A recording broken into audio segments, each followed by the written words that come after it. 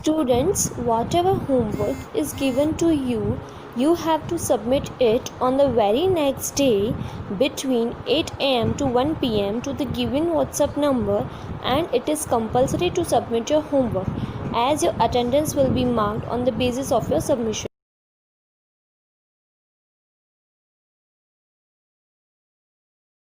कविता 17 आजरे कानुड़े शब्दार्थ। कानुड़ो श्री कृष्ण, शेरी गली, साध जे ते नाम पुकारी, किसी का भी नाम चिल्लाकर बुलाते हैं उसको बोलते हैं साध।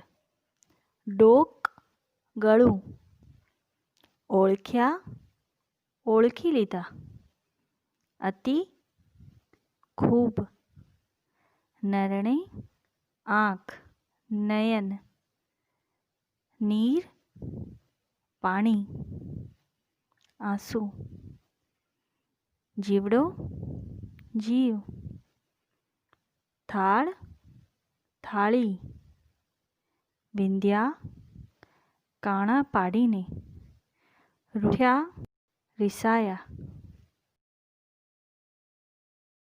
प्रश्नोना जवाब आपो। प्रश्न 1, राधाजी शा कारणे गुस्सामां हता? जवाब, राधाजी हार श्री कृष्णए रुक्मणीने आप्यो हतो माटे ते गुस्सामां हता। प्रश्न 2, रुक्मणीना गळामां शुं हतुं? जवाब, रुक्मणीना गळामां राधाजीनो मोतीनो हार हतो। प्रश्न 3, राधाजी पोतानो जीव जवानुं शा माटे कहे छे?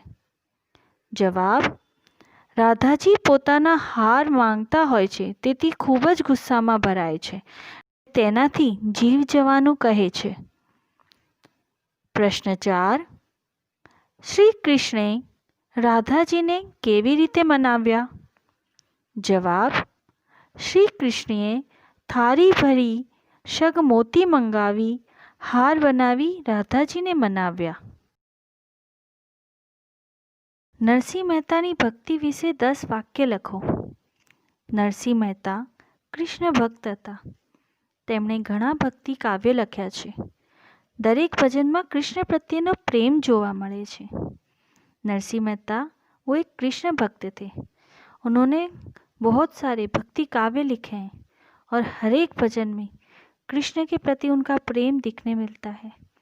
नरसिंह मेहता कृष्ण भक्ति में एटला तळबोळ हता कि दरेक कार्य भूली जता, तेमज ते सद्बुद्धा पण भूली जता हता।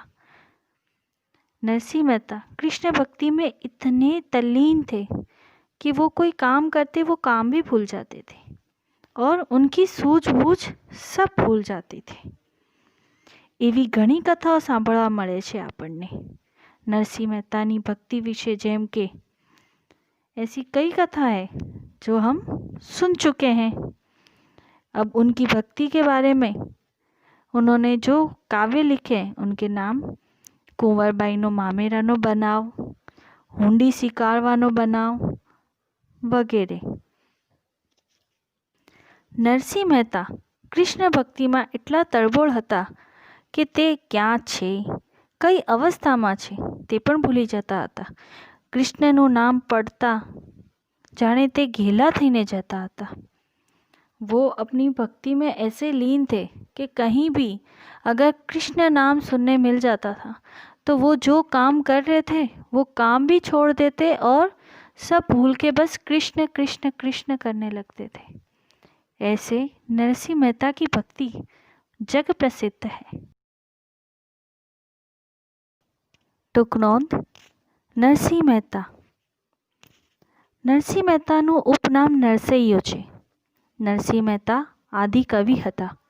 તેમનો જન્મ ભાવનગરના તળજા ગામમાં થયો હતો। તેમનો મુખ્ય વસવાટ જૂનાગઢમાં હતો। તેમના પિતાનું નામ કૃષ્ણદાસ હતું। માતાનું નામ દયાકુંવર હતું। તેમની પત્નીનું નામ માણેકબાઈ હતું। તેમને 2 બાળક હતા, એક પુત્ર શામળદાસ અને एक पुत्री कुंवरबाई। नरसिंह मेहता उनका उपनाम मतलब जो नाम प्यार से बुलाया जाता हो, वो है नरसइंह। वो एक आदि कवि, मतलब बहुत पहले हो चुके ऐसे कवि थे। તેમનો जन्म भावनगर के अंदर तळजा नाम का गांव है, वहाँ उनका जन्म हुआ। वैसे वो मुख्य रहना उनका जूनागढ़ में ही था।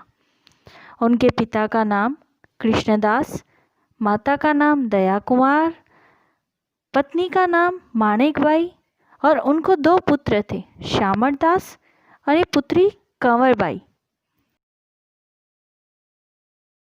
नरसिंह મહેતાએ नानी उम्रे माता पिता ने गुमाव्या। उन्होंने बहुत छोटी उम्र में ही अपने माता पिता को खो दिया था, मतलब उनका अवसान हो गया था। તે 8 વર્ષની वय સુધી बोली શકતા नहोता।